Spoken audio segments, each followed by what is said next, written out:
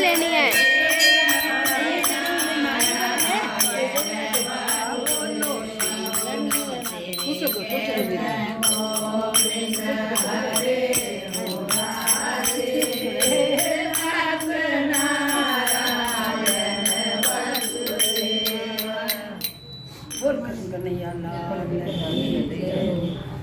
तुलसी पत्ता ले लीजिए भाई, ये सब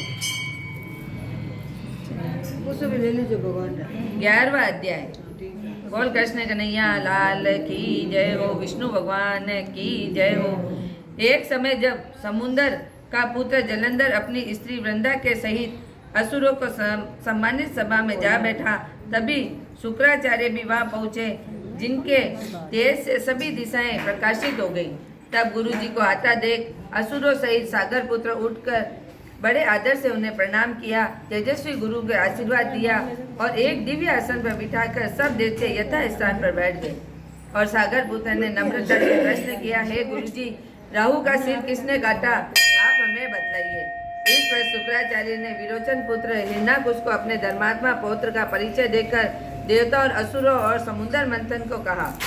यह बतलाया कि जब समुद्र से अमृत निकला तो उसे देव रूप बनाकर राहु को पीने बैठ गया। इस पर इंद्र पक्षपाती भगवान विष्णु के राहु का सिर काट डाला। वह सुनने के साथ जलंधर के नेत्र लाल हो गए।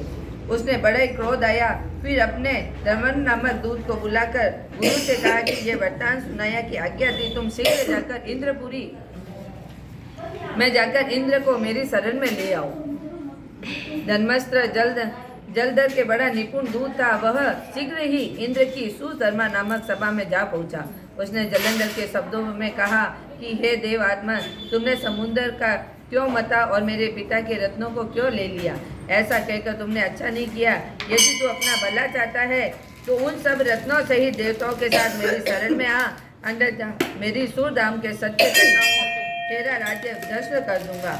इंद्र यह सुनकर बहुत विस्मित हुआ और कहने लगा, पहले सागर ने मेरे भय के सब पर्वतों और कुसु को क्यों स्थान दिया, शत्रु दैत्यों की क्यों रक्षा की? इसी कारण मैंने उनके सब रत्न हरण कर लिए। मैं सत्य कहता हूँ कि मेरा द्रोही सुखी नहीं रह सकता।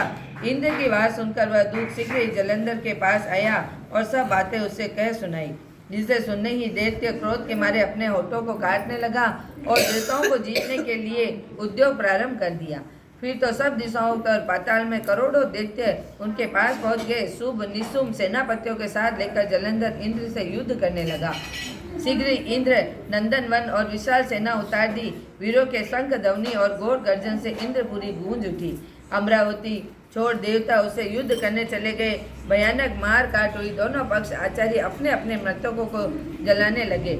असुरों के आचार्य गुरु शीघ्र मंत्र संजीवनी विद्या से देव गुरु बृहस्पति द्रोणागिरी औषधि लाकर मुर्दों को जलाते रहे।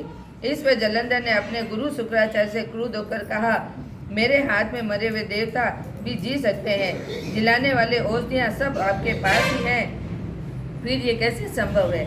इस पर शुक्राचार्य ने गुरुदेव बृहस्पति के द्वारा द्रोणगिरी से औषधि लाकर देवताओं को जिलाने और की बात कह दी। ये सुनते ही जलंधर क्रोध हुआ और शुक्राचार्य से कहा, क्रोध क्यों होते हो? यदि शक्ति हो तो द्रोणगिरी पर्वत उखाड़ कर समुद्र में फेंक दो।